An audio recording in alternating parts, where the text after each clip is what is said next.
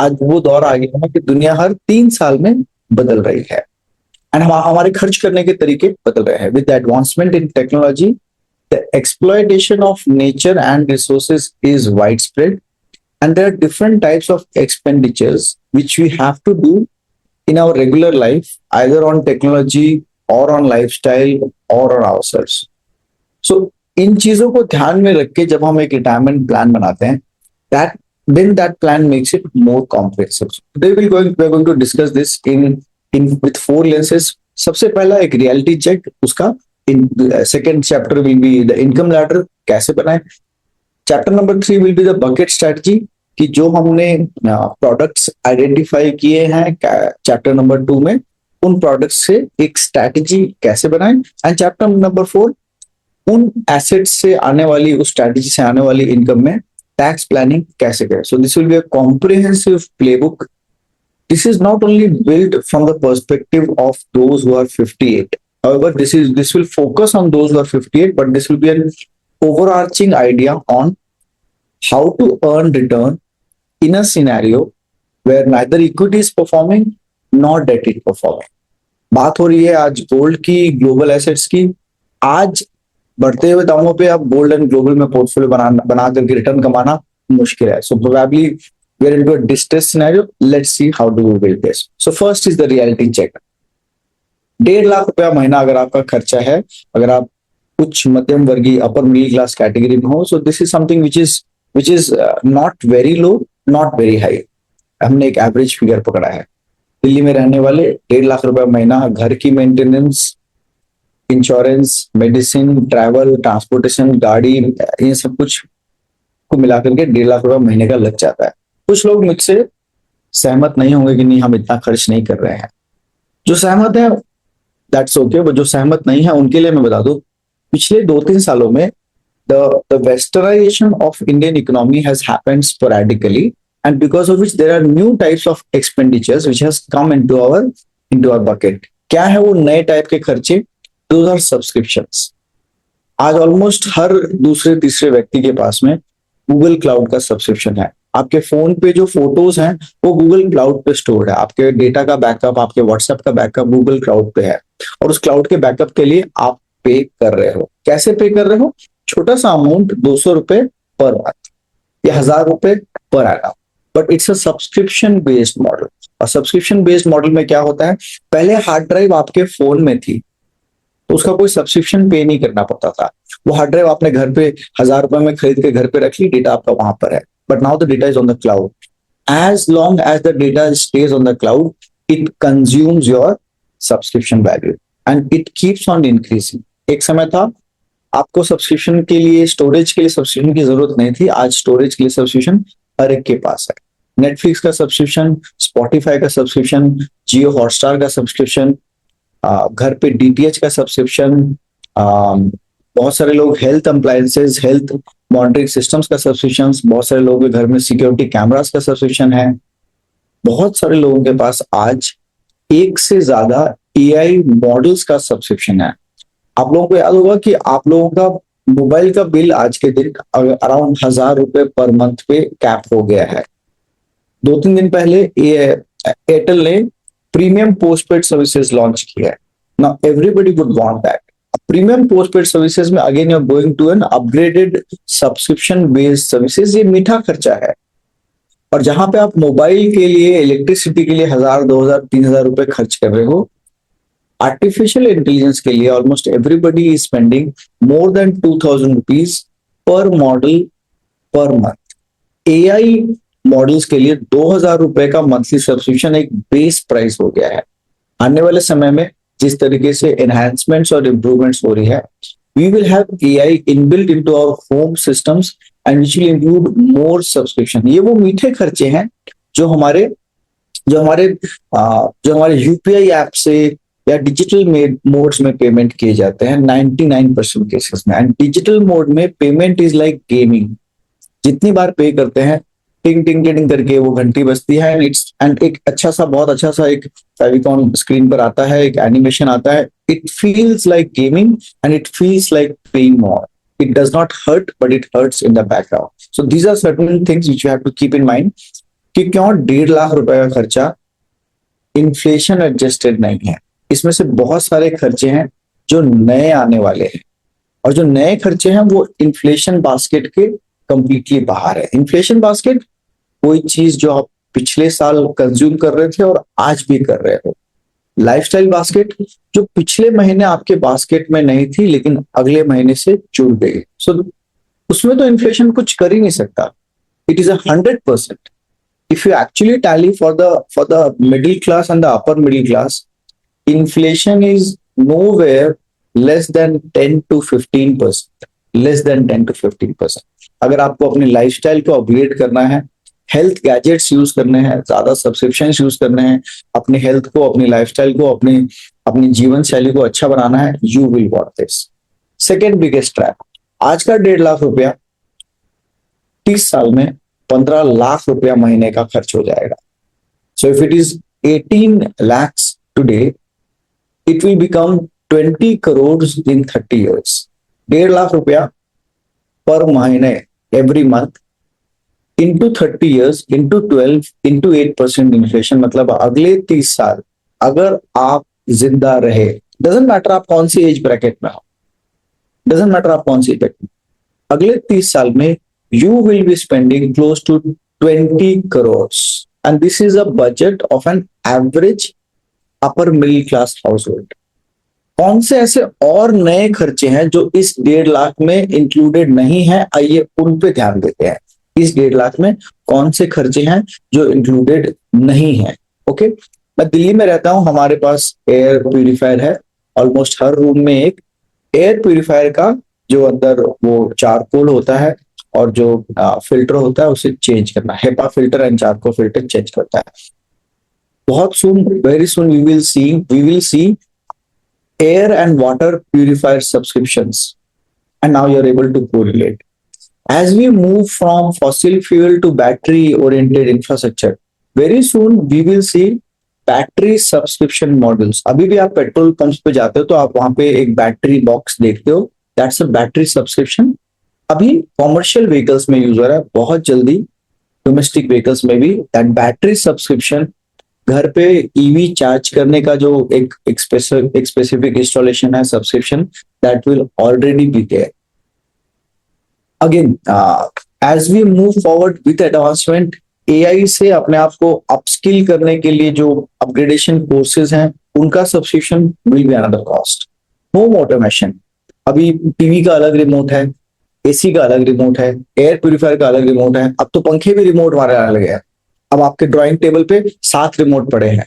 So we are talking of new areas of expenditure which are not included in this 1.5 lakh budget. इस 1.5 लाख के budget में ऐसे कौन से खर्चे हैं जो इंक्लूड नहीं, मैं उसकी बात करता हूँ। उसमें बात करता घर पे ईवी चार्जिंग इंस्टॉलेशन करना, बैटरी के सब्सक्रिप्शन मॉड्यूल्स, होम ऑटोमेशन, घर के 6-7 रिमोट को एक एआई मॉड्यूल में बदलना, गूगल मिनी के जरिए या गूगल क्लाउड के जरिए, वॉइस कमांड के जरिए, when you can subscribe to more such when you can manage your entire home, your आपका घर का security camera, TV, AC, fridge, all remote appliances can be manage, so that will cost a subscription.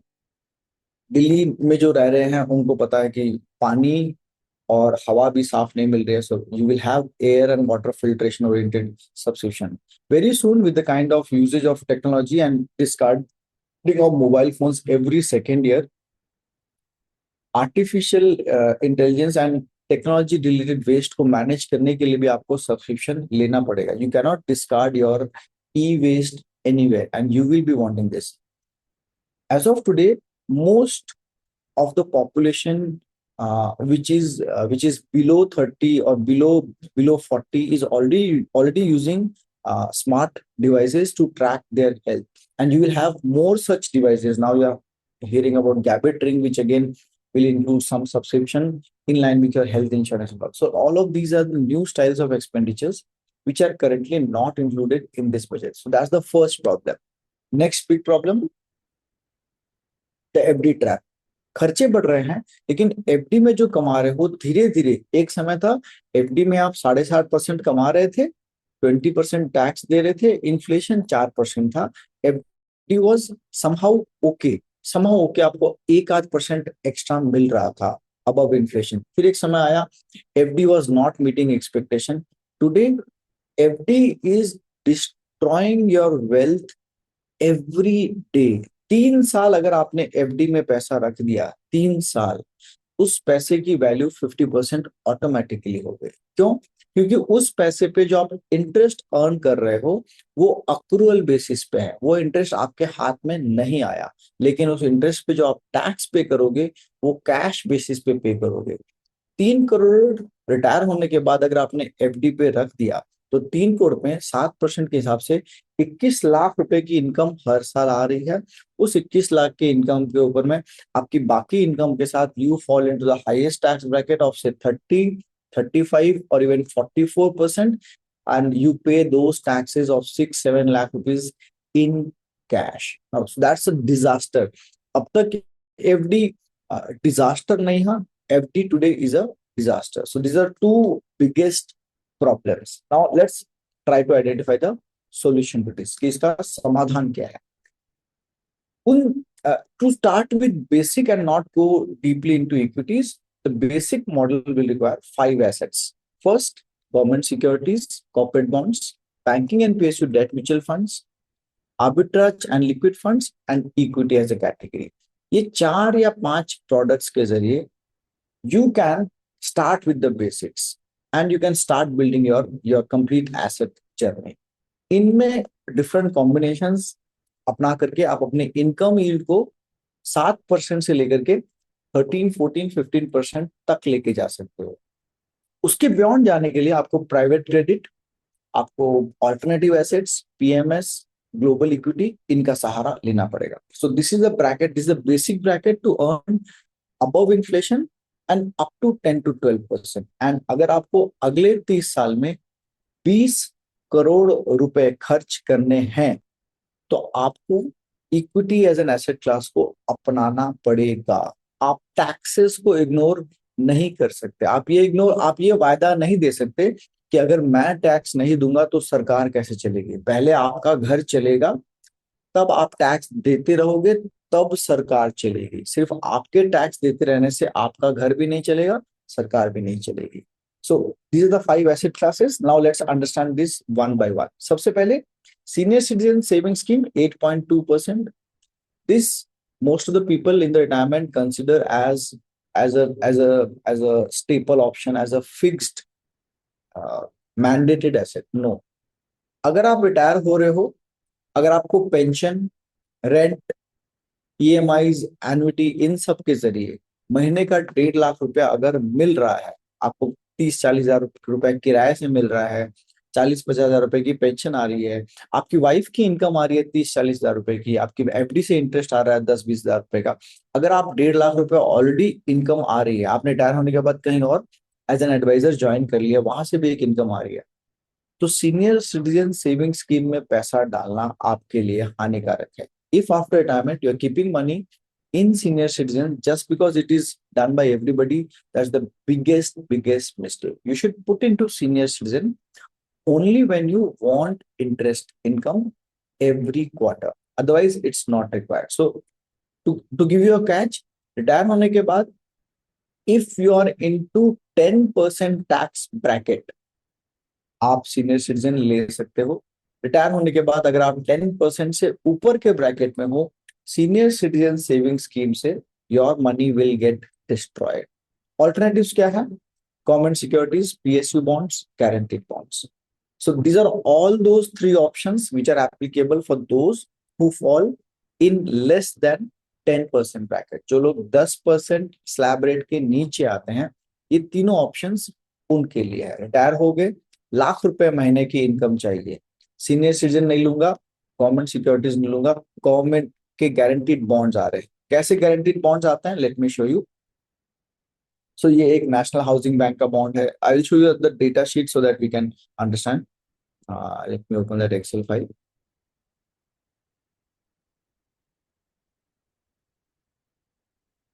या आज के दिन बाजार में इतने सारे बॉन्ड अवेलेबल है, and let us look at the yield. Highest yielding bond today is close to 13%। आज के दिन बाजार में 13%, 12%, 11%, 9% के गवर्नमेंट बॉन्ड्स अवेलेबल, 13% वाला गवर्नमेंट नहीं ऑब्वियसली, बट 9% तक आपको गवर्नमेंट मार्केट में अवेलेबल है। इसमें कौन कौन से बॉन्ड्स हैं?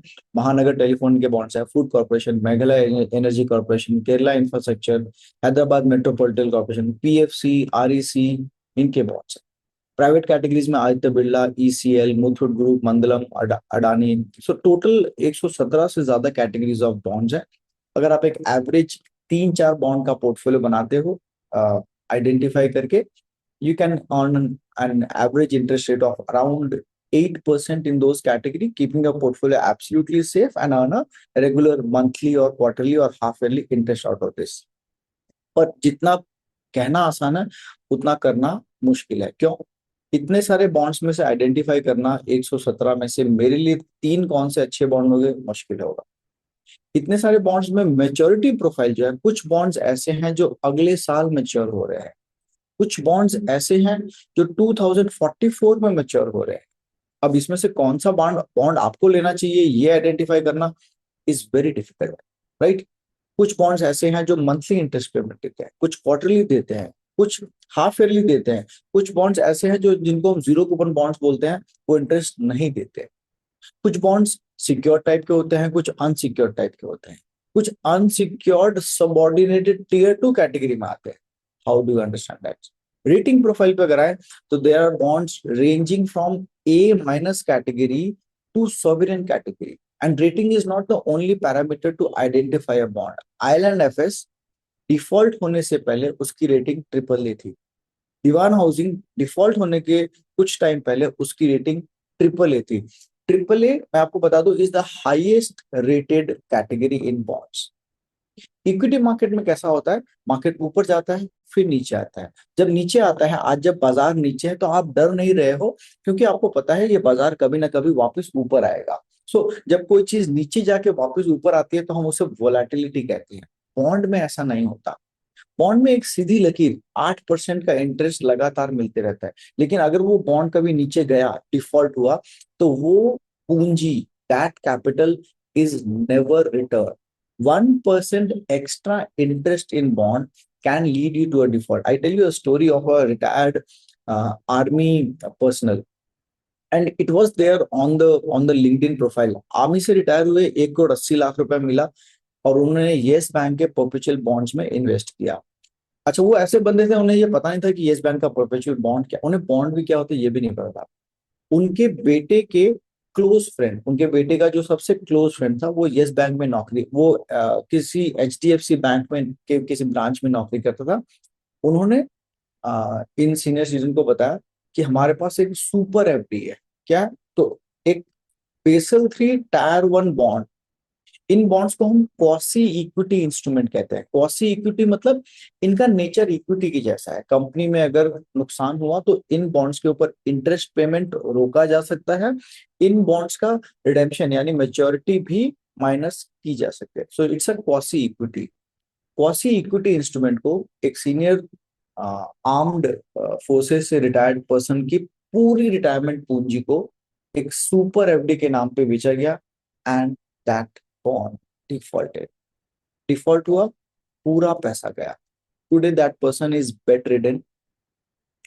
उनके अस्पताल का खर्चा भी मैनेज नहीं हो पा रहा है, and this is all over the internet. So bonds is a two way sword. You are applicable for buying bonds only if you fall in 10% or below slab rate. And second बड़ी चीज क्या है? आप देखोगे इन ज्यादातर bonds में minimum ticket size 10 crore and above होता है। Minimum ticket is 10 crore. क्यों? बॉन्ड मार्केट एक रिटेल बाजार नहीं है। Bond market is an institutional market. Institutional market में क्या होता है? बायर्स कौन है? गवर्नमेंट है, पेंशन फंड्स हैं, प्रोविडेंट फंड्स हैं, इंश्योरेंस कंपनीज हैं, बैंक्स हैं। तो ये लोग जब परचेज करते हैं तो ये लोग हंड्रेड्स ऑफ करोड़ में परचेज करते हैं, इसलिए जो डील साइज होती है वो 10 करोड़ के मल्टीपल में होती है। अब एक होलसेल मार्केट में जब एक रिटेल निवेशक जाता है तो क्या उसे 10,000 रुपए का या 1 लाख रुपए का या 5 लाख रुपए का बॉन्ड मिलेगा? हाँ मिलेगा। प्राइसिंग, जो बॉन्ड म्यूचुअल फंड को या इंश्योरेंस कंपनी को 9.35 इंटरेस्ट देगा, वही बॉन्ड एक रिटेल निवेशक को 8% का इंटरेस्ट देगा। So there is a huge pricing gap. And this pricing gap works with interest rate. Bonds में दो चीजें होती है, एक इंटरेस्ट रेट रिस्क और एक क्रेडिट रिस्क। क्रेडिट रिस्क आप समझ गए, अगर सिचुएशन अच्छी नहीं रही तो डिफॉल्ट हो सकता है। क्रेडिट रिस्क को प्रोटेक्ट करने के लिए हम ऐसे बॉन्ड्स चूज करेंगे जो किसी सेंट्रल गवर्नमेंट का हो, या किसी स्टेट गवर्नमेंट का हो, या किसी पब्लिक सेक्टर एंटिटी का बॉन्ड हो, या किसी ऐसी एंटिटी का हो जिसके ऊपर सेंट्रल गवर्नमेंट की अनकंडीशनल इररिवोकेबल गारंटी हो, या स्टेट गवर्नमेंट की अनकंडीशनल इररिवोकेबल गारंटी हो।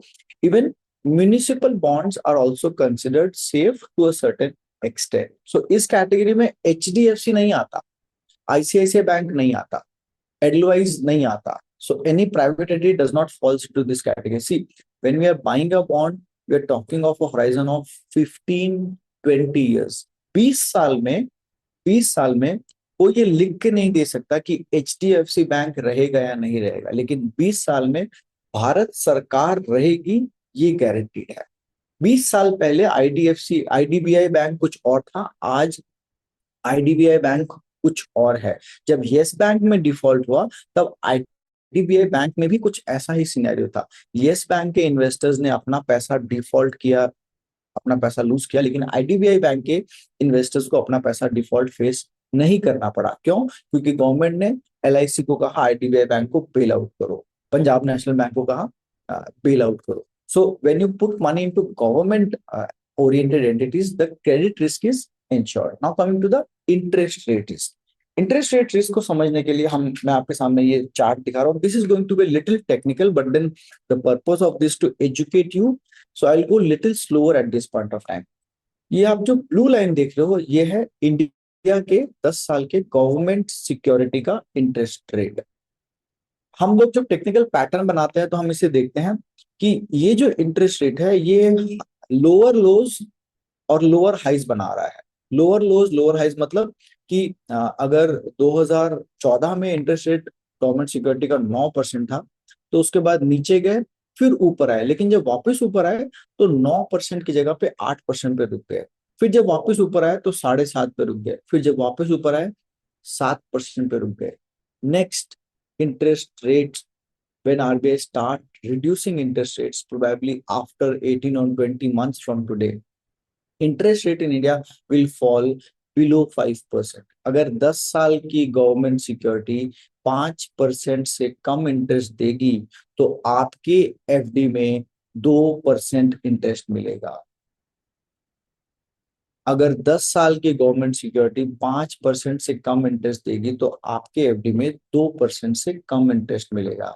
अगर आपकी एफडी आपका पैसा अभी खा रही है तो उस समय एफडी आपके पैसे को खा चुकी होगी। इस सिनेरियो को समझते हैं और आइए समझते हैं कि इसका बॉन्ड मार्केट के ऊपर क्या इंपैक्ट है। जब 2014 में गवर्नमेंट सिक्योरिटी का रेट 9% था, उस समय नेशनल हाउसिंग बोर्ड ने, national housing board is a central government entity, उन्होंने 8.76% पे एक 30 साल का बॉन्ड इशू किया, जो बॉन्ड 2034 में मैच्योर होने वाला था।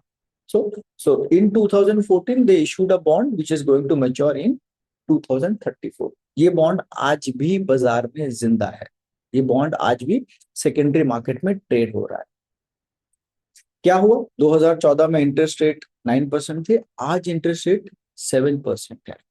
इसकी वजह से क्या हुआ? इस बॉन्ड में अभी भी अगर कोई पैसा लगा के रखा है तो उसे अभी भी 8.76% का कूपन हर साल मिल रहा है, हर साल मिल रहा है। सोने पे सुहागा, आइसिंग ऑन द केक, ये कूपन टैक्स फ्री है। There is no tax applicable on this coupon. So it was a tax-free bond. Now, 8.76% against your normal FD of 6% plus no taxation. So practically this is becoming close to 11% interest. सिर्फ इतना नहीं, somebody who has bought this bond in 2014 is today enjoying nominal interest of 11% with tax inbuilt into this, plus there is a price appreciation. ये bond issue हुआ था 100 रुपए पे, today this bond is trading at 121 rupees. अगर उस समय आपने इस बॉन्ड में 1 करोड़ रुपए लगाए तो आज उसकी वैल्यू 1 करोड़ 20 लाख है। एंड ये बॉन्ड अभी 10 साल और चलेगा, ये बॉन्ड अभी 10 साल और चलेगा। And coming back to the original scenario, if interest rate have come down from 9% to 7%, there is 20% appreciation. यहां से इंटरेस्ट रेट अगर 7% से 5% चले गए, there will be another 20 to 30% appreciation, probably maturity के आसपास, मेच्योरिटी से 5-6 साल पहले this bond will trade at a premium of may be 125 और 130, लेकिन जो मेच्योरिटी तक रखेगा उसे 100 रुपए ही मिलेगा। सो this is a specific category which is feasible today. क्यों? क्योंकि पिछले 3 महीनों में जो कुछ हुआ उसके वजह से इंडिया में इंटरेस्ट रेट 5.8% से बढ़ के 7% पर आ गए हैं। So today you can lock in this portfolio and continue to enjoy. मैंने बॉन्ड के आपको ऑप्शंस दिखाए थे, 117 से ज्यादा कैटेगरी के बॉन्ड्स अवेलेबल हैं, and this is a fit for those who fall in 10% or below bracket, but ticket size will be more than 1 crore. How to identify these bonds? You have to definitely go with the help of a financial advisor. If equity is risky, bond is double riskier than equity. Remember this, right? So don't go for bonds without consulting your financial advisor. This is at more, and whatever I have shown you is an example. National housing bank का जो bond मैंने आपको दिखाया, या जो मैंने बाकी bonds दिखाए, this are current market data जो मैंने आपके साथ शेयर किया। This has no correlation to any sort of financial advice. So this is the first option for somebody who wants to go into the who is into the 10% tax bracket category and wants to go for bonds. Second option, जो लोग 10% tax category में नहीं हैं, उनके लिए banking and PSU debt funds make a lot of sense. Bond market is opening today. Banking and PSU debt funds are also getting a lot of response from retired senior citizens. And इसमें benefit क्या है? So actually this is a mutual fund which is investing into these bonds. ये वो एक mutual fund है जो उन्हीं bonds में इन्वेस्ट करता है। So practically it is the same thing. वहां 117 बॉन्ड थे, 117 में से कुछ 30-40 बॉन्ड्स म्यूचुअल फंड्स आपके नाम पे खरीद सकता है। आपको क्या फायदा है?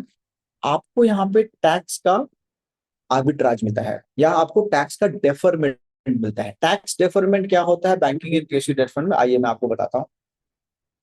सो मान लीजिए आपने 1 करोड़ रुपए एफडी में डाले, 8% इंटरेस्ट है, तो you earn 8 lakh rupees interest in the first year. If you put that money into a bond or a fixed deposit directly, so on this 8 lakh rupees, because you are into the 30% bracket, अभी उन category की बात कर रहे हैं जो 30% या ऊपर की कैटेगरी में है। जो 30% या जो 10% के नीचे वाली कैटेगरी में है, वो बॉन्ड्स या सीनियर सिटीजन सेविंग स्कीम खुद खरीद सकते हैं। लेकिन जो 30% के ऊपर हैं, वो बॉन्ड्स ना खरीद के म्यूचुअल फंड्स के जरिए निवेश करें। ऐसा करने से आपको क्या फायदा होगा? 30% के ऊपर वाले 8 लाख के इंटरेस्ट पर 2.4 लाख रुपीस का टैक्स पे करेंगे हर साल। 30% के ऊपर वाले ये पैसे को अगर बॉन्ड्स की जगह पे म्यूचुअल फंड में डालते हैं, तो आपकी टैक्स लायबिलिटी 2,40,000 से घट के पहले साल की टैक्स लायबिलिटी 17,000 हो जाती है। दूसरे साल की टैक्स लायबिलिटी 35,000 हो जाती है। आप देख रहे हो ग्रेजुअली म्यूचुअल फंड में आपकी टैक्स लायबिलिटी बढ़ रही है। 10 साल के बाद भी एफडी के मुकाबले आपकी tax liability will be lower than that. It will be around 1.2 lakhs, FD will be 2.4 lakhs। If you compile it for 20 years, FD के मुकाबले इन इन इन डेट म्यूचुअल फंड्स आप जो टैक्स सेविंग करोगे that will be more than 20-25 lakh rupees. 1 crore के investment पे this becomes 20%। This becomes 20%। So I hope this accrual concept of accounting into mutual funds will help you with this second product. Coming to the third product, bonds, corporate bonds के बारे में मैंने जिक्र किया। This is not something which we recommend to investors. However, in the corporate bond category, there are certain bonds which I would want to highlight you. For example, corporate bonds सारे खराब नहीं होते हैं। कुछ corporate bonds हैं, जैसे अभी एक बैंकिंग सेगमेंट में एक सम्मान कैपिटल का बॉन्ड आ रहा है। Now this is a private bond, but this is a senior secured bond और एक प्राइवेट एंटिटी का बॉन्ड होने के बावजूद इसका 10 साल का बॉन्ड 8.76 पे ट्रेड हो रहा है। इसकी rating is AA+ by ICRA and CRISIL. Now there are more than 5-6 rating agencies, and आप देखोगे when the rating is given by ICRA and CRISIL, it has a relatively higher what do you say acceptability by market participants. So there are other rating agencies like Acuity, there are other rating agencies like Samira, etc. But ICRA and TCL say AA+, which is the second highest rating, is something which is commendable. So there are options. If somebody understands the bond market deeply, he understands the interest rate risk and the credit risk, then probably he can take that call, or you can take that call with the help of your financial advisor, right? Coming to the last two products, which is equity and arbitrage. For that part of your capital which you do not want for the next 5 years, put it into equity in a balance of large cap, mid cap, small cap, global equity, etc. For that part of money, कुछ ऐसा पैसा, अगर आप 30% bracket में हो, आपको घर के रेनोवेशन के लिए 25 लाख रुपए रखने हैं अलग, आपके बेटे को फॉरेन एजुकेशन के लिए जाना है उसके लिए 25 लाख रुपए रखेंगे, आपको उसको अलग रखने हैं, आपकी बिटिया की शादी है उसके लिए 25 लाख रुपए आपको अलग रखने हैं, रिटायरमेंट के 1 से 2 साल के अंदर इन्हें खर्च करना है, राइट? तो इन पैसों को आप एफडी में नहीं रख सकते, इन पैसों को आप banking and PSU debt mutual funds में भी नहीं रख सकते। क्यों? क्योंकि आप 30% ब्रैकेट में हो। इन पैसों के लिए जो आप 1 साल से ज्यादा और 3 साल से कम के लिए पार्क करना चाहते हो, arbitrage fund makes a lot of sense. क्यों? एक आर्बिट्राज फंड एक एफडी के जैसे 6 से 7% इंटरेस्ट अर्न करेगा, लेकिन जहां पे एफडी में आपको 30, 33, 35, 38 या 44% टैक्स देना पड़ेगा as per your tax slab and as per the surcharge etcetera.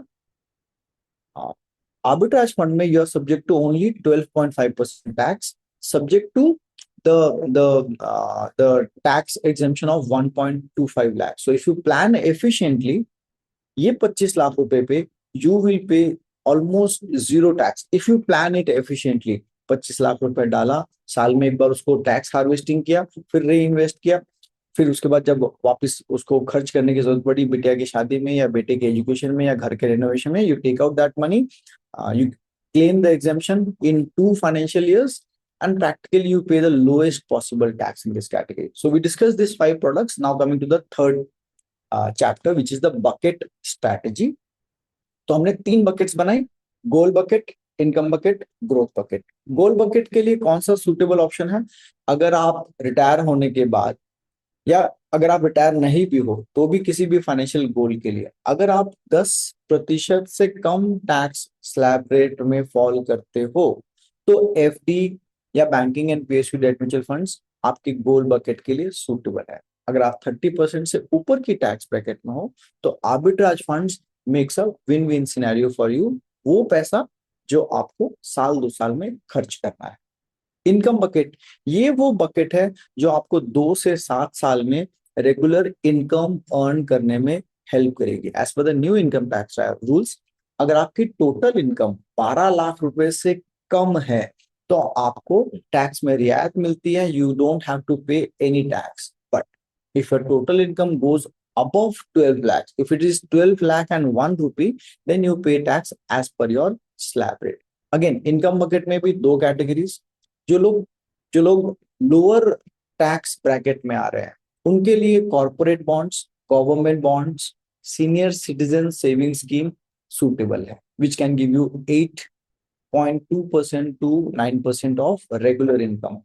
But अगर आप इसी कैटेगरी में हो लेकिन अगर आप हायर टैक्स कैटेगरी को बिलोंग करते हो, रिटायरमेंट के बाद भी you are getting rental income, you are getting annuities, you are getting pension which is taking your income above 12 lakhs per annum, then banking and PSU debt funds make a lot of sense, क्योंकि वहां पे आपका tax defer कर दिया जाता है, and whenever you withdraw money you pay tax only on the proportionate income of the withdrawal part, so your tax liability reduces significantly. And the third bucket is the growth bucket, which will construct like say 50 to 60, 70% of your portfolio, and this bucket is going to help you sustain inflation in the second or third phase of your retirement.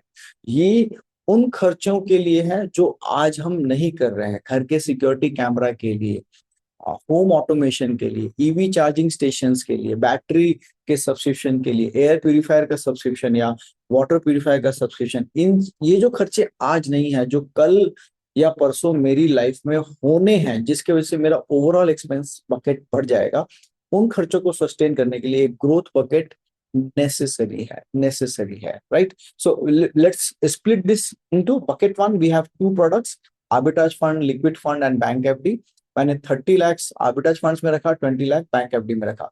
Bucket one वो है जो मैंने assume की I would want to spend in the next 1 year और 2 years on either myself और my family for any purpose. तो bucket one का पैसा मेरा नहीं है, I have to spend it and I have put it into arbitrage funds और bank FD. Bucket two, जिससे मैं अगले 6 साल की इनकम विड्रॉ करने वाला हूं, कितनी? 1.5 लाख रुपया पर मंथ, 18 लाख रुपया पहले साल, 19 लाख रुपए दूसरे साल, करीब 22 लाख रुपए तीसरे साल, and so on and so forth. तो इस कैटेगरी में 3 करोड़ में से मैंने करीब 90 लाख रुपए यहाँ पे रखा है। 30 लाख रुपया I have kept into senior citizen. I will just draw the line so you can.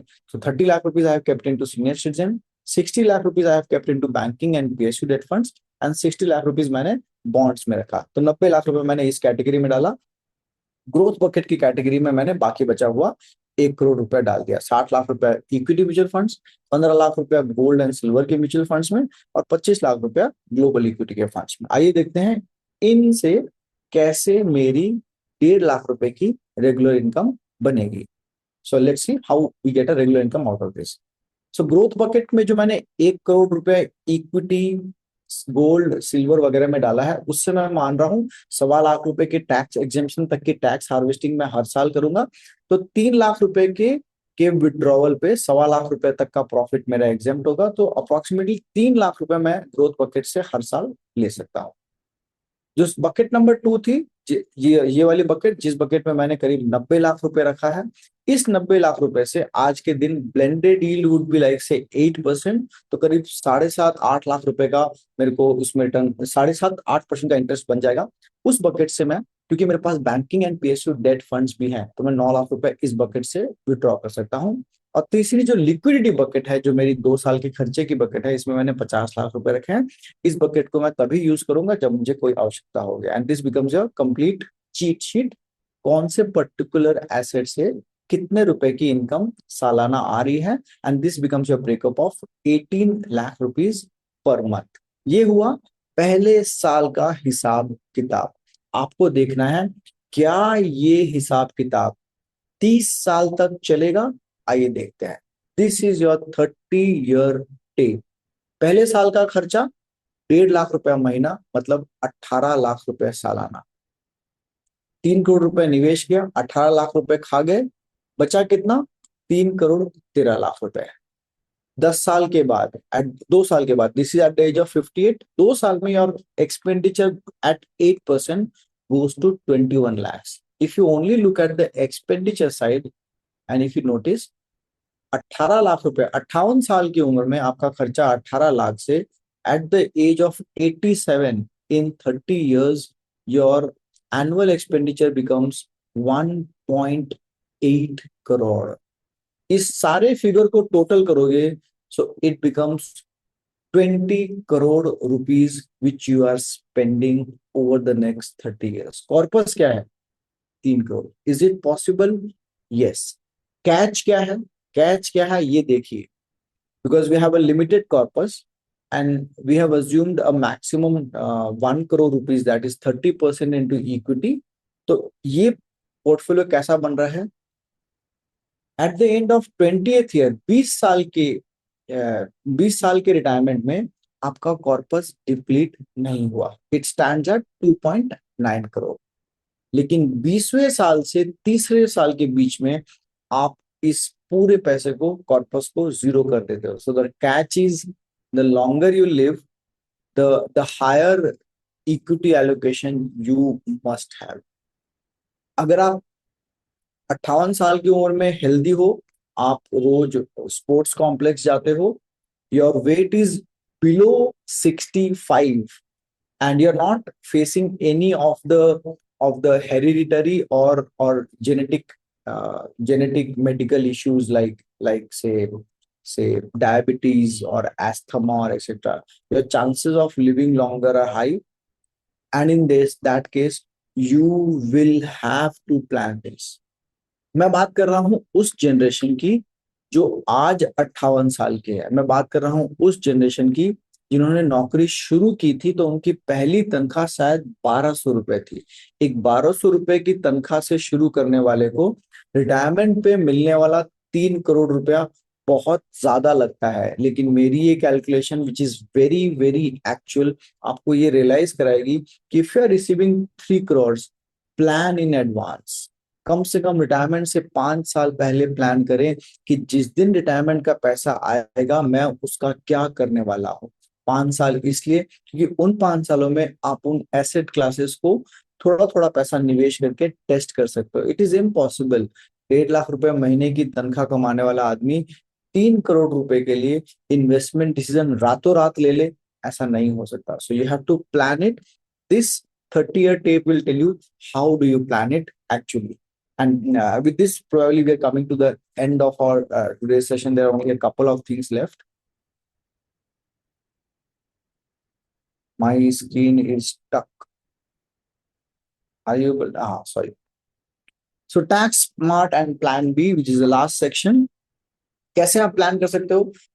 कुछ 3-4 चीजें बहुत एफिशिएंट होती है और ये उनके लिए एप्लीकेबल है जो 30% से ऊपर वाली टैक्स ब्रैकेट में है। अगर आप 10% से कम वाली ब्रैकेट में हो, you don't need to worry, right? So long term capital gain 1.25 lakh का अलाउड है हर साल। अपने इक्विटी पोर्टफोलियो से, आर्बिट्राज फंड के पोर्टफोलियो से ना चाहते हुए भी टैक्स हार्वेस्टिंग करें। 1.25 लाख तक का प्रॉफिट बुक करें 28 मार्च को, 29 मार्च को उस पैसे को वापस री इन्वेस्ट करके आपका प्रॉफिट कॉस्ट में कन्वर्ट हो जाएगा और उस पैसे के ऊपर में आपको इस पूरे लाइफ टाइम में टैक्स देने की जरूरत नहीं है। सो वी कॉल इट, इसका टेक्निकल नाम है tax harvesting. You should do it every year. इसका उल्टा, इस सिक्के का दूसरा पहलू है लॉस हार्वेस्टिंग। आज बहुत सारे लोग होंगे जिनके पोर्टफोलियो में कुछ म्यूचुअल फंड्स या कुछ इक्विटी स्टॉक्स ऐसे होंगे जो लॉस में होंगे। अगर आपके पोर्टफोलियो में 5 लाख रुपए का लॉस है अभी, आप उसको बेचिए और वापस री इन्वेस्ट कर दीजिए। आप आपने सपोज 50 लाख रुपए का पोर्टफोलियो बनाया, आज उसकी वैल्यू 45 लाख रुपए है। आज 45 लाख रुपए का पूरा पोर्टफोलियो बेचिए, कल वापस खरीद लीजिए। क्या हुआ? 45 लाख की मार्केट वैल्यू थी, कल वापस खरीद लोगे तो 45 लाख रुपए में वापस सारे स्टॉक्स मिल जाएंगे। लेकिन 5 लाख रुपए का जो लॉस है, जो नोशनल लॉस था, आपने उसे अपने बुक्स ऑफ अकाउंट्स में रिकॉर्ड कर लिया। आने वाले 8 साल तक आप इस 5 लाख रुपए के लॉस को कैरी फॉरवर्ड कर सकते हो, बशर्ते आप बुक्स ऑफ अकाउंट्स मेंटेन करते हो। और आने वाले 8 साल तक इस 8 लाख रुपए के लॉस को फ्यूचर इनकम से एडजस्ट कर सकते हो। So tax harvesting, loss harvesting, this is very important. Second, split your assets between your spouses, between your family members, between your and you have to plan for it. आपको एक HUF create करना चाहिए, private family trust create करना चाहिए, so that you can split your assets. इसके दो फायदे हैं। HUF जैसे या फैमिली मेंबर्स के नाम पे इन्वेस्टमेंट में you save some taxes subject to the clubbing of income tax rules. And private family trust जैसे एसेट्स की मदद से आप अपन पोर्टफोलियो को सिक्योर कर सकते हो against any fraud, against any third party claim, against anything of that sort. So against any criminal cases, anything what comes up. So you protect your assets. So this is something which is very important. Third, systematic withdrawal. Higher income वाले category के लोगों के लिए equity की जगह banking and PSU debt mutual fund से लें। 7 लाख रुपए तक का या 8 लाख रुपए तक का या 10 लाख, मैं एक इंडिकेटिव बता रहा हूँ। 7 लाख रुपए के विड्रॉल मतलब 55,000 रुपए महीने का अगर आप systematic withdrawal banking and PSU debt fund से लेते हो तो सालाना उसके ऊपर टैक्स लायबिलिटी आती है सिर्फ 13,000 रुपए के आसपास। तो अगर आपने 7 लाख लिया तो 13,000, 14 लाख लिया तो it could become may be से 30,000 की tax liability, which is what like less than 2,500 rupees per month. So your tax liability shift from 30% to less than 3%. So these are some tax hacks which people into the higher income category can definitely adopt. ये हमने बात की थी what is tax deferral. So with this we come to the end. Major medical events इनके लिए plan करें। India is an entrepreneurial society, and we have been talking this. Most of the youth today, which is working, is aspiring to start their own business. And जो 23, 24, 25, 26, 30 साल के बच्चे आज business करना चाहते हैं, उनके बिजनेस की पहली फंडिंग उनके पेरेंट्स कर रहे हैं. And you are in that category. So if you want to plan for this unexpected capital expenditure for your child's business in the phase of retirement, you have to plan for this. Uncertain medical events which can cost you lakhs and lakhs of rupees if you're not in the blessed category जहाँ पे medical benefits unlimited way में available होते हैं कुछ PSUs या कुछ government sections में. You have to plan for those medical benefits. And today the hospital cost is around 60-70,000 rupees per day per bed. And with time, it will sporadically increase with new medical enhancements and evolutions. The medical cost is going to shoot up. कोई बहुत बड़ी बात नहीं. I am 40. I haven't been to hospital till they touch it, but probably when if in my 50s, I am planning that if at all I get admitted, the medical bill will not be less than 20, 30, 40 lakh rupees minimum, even if I stay in hospital for even 10 days. So I am prepared. I have a medical insurance of 2 crores. मैं term insurance की बात नहीं कर रहा हूं. मेरे पास medical insurance है 2 करोड़ रुपए का. And you will not believe उसका प्रीमियम इज पीनट्स. मैं 20,000 रुपए से कम प्रीमियम देता हूं इस मेडिकल प्लान का. You will be surprise. क्यों? क्योंकि मैंने ये प्लान बहुत पहले लिया था और जब तक मैं नौकरी कर रहा था मैंने अपने कंपनी के मेडिकल प्लान्स को यूज किया जब मेरी डॉक्टर को हॉस्पिटलाइज करना पड़ा था. So I haven't used this plan. So I have got lot of benefits. I have got say that non-claim bonuses in my planning. So you have to plan this. You have to plan this. So with this we come to an end. I believe you may have certain questions on the bond section which was little technical. If there are any questions we can take, or else we have overshot today by 15 minutes. We were supposed to close at 11:20. So let me first disclose. We have a free toolkit for you today. Retirement readiness checklist. क्या है ये checklist? So this is a very easy to use checklist. ऐसा हमने Excel पे एक checklist बनाया है. There are 10 questions. You can answer these questions yes or no, and the checklist will automatically determine your retirement readiness score. So how can you access this checklist? There's a QR code on the screen. You can either WhatsApp us, you can drop a message in the chat box with your email ID and mobile number, or you can scan this QR code. इस QR code के जरिए जो हमारा WhatsApp channel है, you will be allowed to enter that WhatsApp channel, and on that WhatsApp channel, after 15-20 minutes, we will share this retirement readiness checklist. Or for those who have registered, there are many people in this call who have not registered but are there on the call. So you have to register for our next webinar. How do you register? Once you register, you automatically receive the checklist and all on your email. So how do you register?